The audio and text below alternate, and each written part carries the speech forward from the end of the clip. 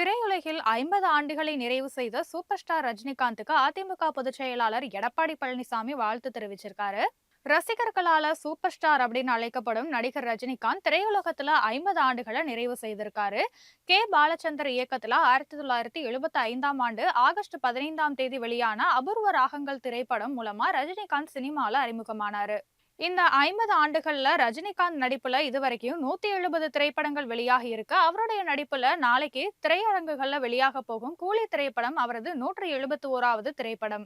இன்னைக்கு வரைக்குமே தமிழ் சினிமாவோட உச்ச நட்சத்திரமா ரஜினிகாந்த் திகழ்ந்து வர்றாரு. திரையுலகத்துல 50 ஆண்டுகளை நிறைவு செய்திருக்காரு. அவருக்கு அதிமுக பொதுச் செயலாளர் எடப்பாடி பழனிசாமி வாழ்த்துக்களும் தெரிவிச்சிருக்காரு. இது குறித்து அவர் வெளியிட்டுள்ள எக்ஸ்தல பதிவுல என்ன சொல்லியிருக்கான்னு பார்த்தோம்னா, திரையுலகத்துல தனக்கே உரிய ஸ்டைலாலையும் தனித்துவமான ஒரு நடிப்பாலையும் 50 ஆண்டுகளை நிறைவு செய்துள்ள தமிழ் சினிமாவோட சூப்பர் ஸ்டார் ரஜினிகாந்துக்கு இதயம் கனிந்த வாழ்த்துக்களை தெரிவித்துக் கொள்வதா குறிப்பிட்டு இருக்காரு. அத்தோட அது மட்டும் இல்லாம இப்பொன் விழா ஆண்டுல சூப்பர் ஸ்டார் ரஜினிகாந்தோட நடிப்புல நாளைக்கு வெளியாக உள்ள கூலி திரைப்படம் வெற்றி அடையவும் எடப்பாடி பழனிசாமி வாழ்த்து தெரிவிச்சிருக்காரு.